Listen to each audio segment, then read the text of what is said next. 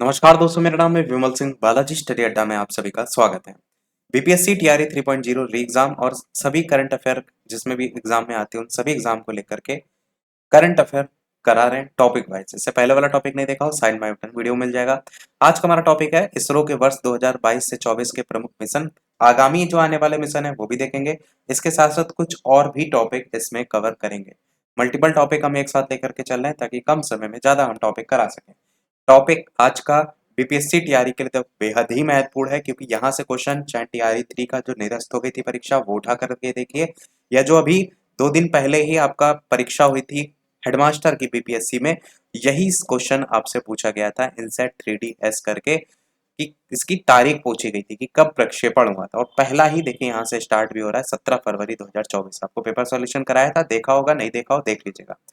तो स्टार्ट करते हैं। देखो इनसेट 3DS वहां पर ध्यान होगा तो 3D करके पूछा गया था, 3DS नहीं पूछा गया था, पर 17 फरवरी 2024 ऑप्शन में दिया गया था।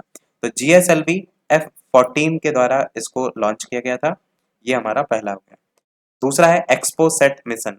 आपको यहाँ पर बहुत कम ही मिशन देखने को मिलेंगे, तो जितने भी हम यहाँ पर कराएं उनको रट लीजिएगा। एक्सपो सेट मिशन की अगर बात करेंगे तो ये 1 जनवरी 2024 को प्रक्षेपित हुआ था। और किस यान के द्वारा? PSLV-C58 के द्वारा। ऐसा नहीं कि केवल तारीख, आपके पेपर में वैसे देखेंगे तो तारीख ही ज्यादा पूछी गई है, पर आपको ये भी पता होना चाहिए कि किसके थ्रू जो है ये भेजा गया था। एक्सपो सेट मिशन PSLV-C58 1 जनवरी 2024। अगला है गगनयान का पहला परीक्षण उड़ान। ये आपका 21 अक्टूबर 2023 इसको भेजा गया था। और TVD-1 ये प्रक्षेपण यान है। आदित्य L1 ये आपका वेरी वेरी इंपॉर्टेंट है। आदित्य L1 2 सितंबर 2023 को। अच्छा, इस चीज को ध्यान दीजिएगा, कुछ लोग कहेंगे ये तो 2023 के आ गए। ये 2023 नहीं है, ये जीके जीएस फिर बन जाती है। और 2023 के क्वेश्चन क्या, 2017 का क्वेश्चन अभी हेडमास्टर में परसों पूछा गया था, उसमें ब्रांड एम्बेसडर पूछ लिया गया था, तो 2023 भी आपको पढ़ना पड़ेगा। तो PSLV-C57 के जरिए 2 सितंबर 2023 को आदित्य L1 जो है भेजा गया था। ये सूर्य के अध्ययन को लेकर के भेजा गया था। अगला है आपका DSSAR मिशन। 30 जुलाई 2023 को ये भेजा गया PSLV-C56 के जरिए। चंद्रयान 3 आपके पेपर में आया था, जो TRE 3 वाला पेपर हुआ था ना, निरस्त हो गया था, उसमें आया था चंद्रयान 3। और ये 14 जुलाई 2023 की तारीख थी। LMB3M4 इसके थ्रू ये भेजा गया था। NVS-1 की बात करते हैं तो ये NVS-1 29 मई 2023 को जो है वो भेजा गया था। GSLV F12 के जरिए ये भेजा गया था। अगला है टेलॉस। टेलॉस 2 जो है ये 22 अप्रैल 2023 को भेजा गया। PSLV-C55 के जरिए से भेजा गया था। अगला है वन वेब इंडिया 2, 26 मार्च 2023 को भेजा गया। LM3 और M3 ये इसके थ्रू भेजा गया था। EOS-6 और EOS-7, ये EOS-7 भेजा गया था 10 फरवरी 2023 को SSLV-D2 के जरिए। और EOS-6 जो भेजा गया था 26 नवंबर 2022 को भेजा गया था PSLV-C54 के जरिए। अगला है आपका वन वेब इंडिया 1, ये 23 अक्टूबर 2022 को भेजा गया LMB3 LVM नहीं LVM3M2 के जरिए। तो इतने थे मिशन जो 2022 से 24 के बीच हुए। अब हम बात करेंगे वो मिशन जो कि आगामी आने वाले हैं, यानी कि इसरो के आगामी मिशन, जिसमें सबसे पहला है गगनयान 1/2 करके। ये 2024 में भेजा जाएगा। और इसका महत्वपूर्ण पॉइंट है कि भारत का ये पहला मानव रहित अंतरिक्ष कार्यक्रम जो है वो होगा। इसमें जो है एक रोबोट को भेजा जाएगा, जो भारत का पहला मानव रहित लिखा हुआ है ना, इसमें एक रोबोट को भेजने को लेकर के बात की जा रही है, जिसका नाम व्योमित्र करके है। और इस मिशन के लिए यानी गगनयान मिशन के लिए 400 किलोमीटर की जो ये पृथ्वी है उसकी निचली कक्षा, अंतरिक्ष यात्री जो भी होंगे वो 400 किलोमीटर की पृथ्वी की निचली कक्षा पर जाएंगे। इसमें 4 लोगों को भी चुना गया है मिशन के लिए। एक प्रशांत नायर हैं, एक अजीत कृष्णन है, एक अंगद प्रताप हैं और एक शुभांशु शुक्ला है, जिनको चुना गया है। और मिशन में अंतरिक्ष यात्री 3 दिन तक अंतरिक्ष की सैर करेंगे, ये भी इसमें बताया गया है। अगला है शुक्रयान 1। शुक्रयान 1 जो है वो 2024, और ये शुक्र के वायुमंडल का अध्ययन करने के लिए जो है इसको भेजा जा रहा है। मंगलयान 2 की अगर बात करें तो ये आपका 2024 मंगल ग्रह हेतु भारत का दूसरा इंटरप्लेनेटरी मिशन के रूप में भेजा जा रहा है। अगला है आपका जो कि है निसार 2024, और ये तो आपको प्रतियोगिता दर्पण में भी बताया था कि ये संयुक्त मिशन है निसार, पृथ्वी की निगरानी के लिए नासा और इसरो का संयुक्त मिशन। यहाँ पर जो नास देख रहे हैं इससे नासा हो जाएगा और आईएसएस से आपका इसरो हो जाएगा। तो ये संयुक्त मिशन है नासा इसरो का निसार।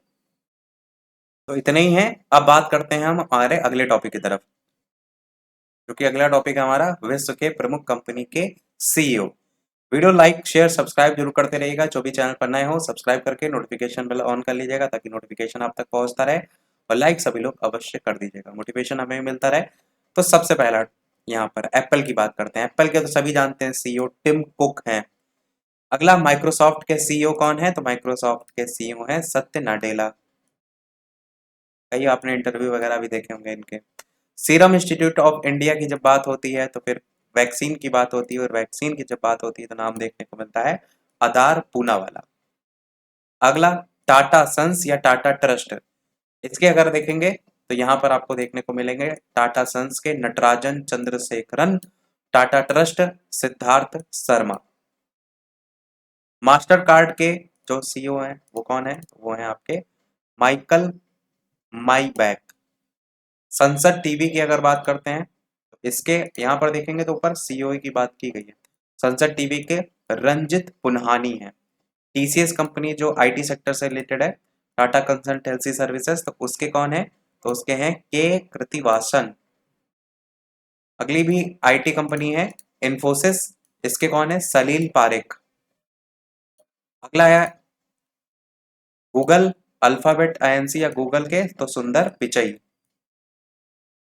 अमेजन जो आप ऑनलाइन ई कॉमर्स यूज करते हैं, सामान खरीदते हैं, उसके कौन है? एनडी जेसरी। फ्लिपकार्ट से भी ई कॉमर्स का यूज करते हैं, खरीदते हैं सामान आप, तो फ्लिपकार्ट के कौन है? कल्याण कृष्णमूर्ति। अब कल्याण तभी होगा जब फ्लिपकार्ट से बढ़िया बढ़िया आपको ऑफर मिल जाएगा।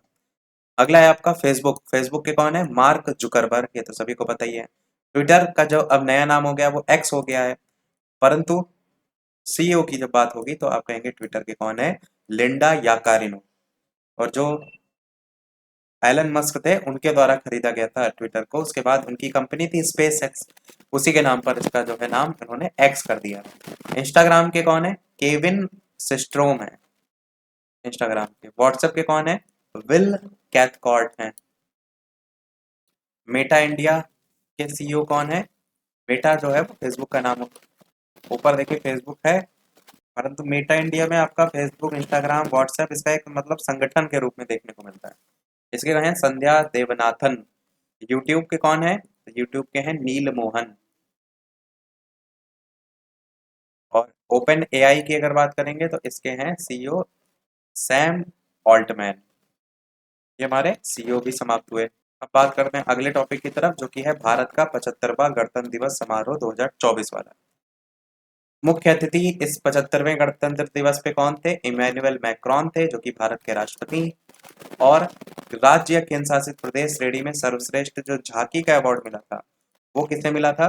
वो मिला था आपका पहला स्थान उड़ीसा को। थीम क्या रही थी इनकी? विकसित भारत में महिला सशक्तिकरण। मंत्रालय या विभाग में जो मिला था सर्वश्रेष्ठ झांकी को लेकर के वो क्या था? तो संस्कृति मंत्रालय था, जिसका विषय क्या था? भारत लोकतंत्र की जननी। तो ये मंत्रालय का नाम है। अगर मंत्रालय विभाग में सर्वश्रेष्ठ झांकी कहेंगे तो संस्कृति मंत्रालय को मिला था, और राज्य केंद्र शासित में अगर बात करेंगे तो उड़ीसा को मिला था। और अगर अतिथि की बात करेंगे तो फ्रांस के राष्ट्रपति इस बार वाले 2024 वाले गणतंत्र दिवस समारोह में आए थे। अब बात करते हैं 2023-24 में ही प्रधानमंत्रियों को जो मिले सर्वोच्च पुरस्कार है उनके बारे में। तो Ebakl award by the Republic of Palau 2023 award मिला है पलाऊ गढ़ को। Companion of the order of Fiji 2023 किसको मिला है? फिजी को। Companion of the order of Logohu 2023 मिला है पापुआ न्यू गिनी। ये मिला नहीं है, ये मतलब कह सकते हैं वहां के प्रधानमंत्री को प्राप्त है, ऊपर लिखी हेडिंग प्रधानमंत्री को प्राप्त सर्वोच्च पुरस्कार है। ऑर्डर ऑफ द नाइल 2023 मिस्र। Grand cross of the legion of honour 2023 France को। Grand cross of the order of honour, legion और ऑर्डर इसका आंसर है तो ये ग्रीस को। और ऑर्डर ऑफ डुक गैल्पो 2024 भूटान को।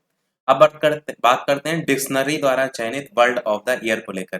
तो ऑक्सफोर्ड जो डिक्शनरी है, इसके द्वारा जो वर्ड ऑफ द ईयर 2021 का था वो वैक्स था, 2022 का था गोबलिन मोड था, परंतु 2023 का क्या है, रिज है।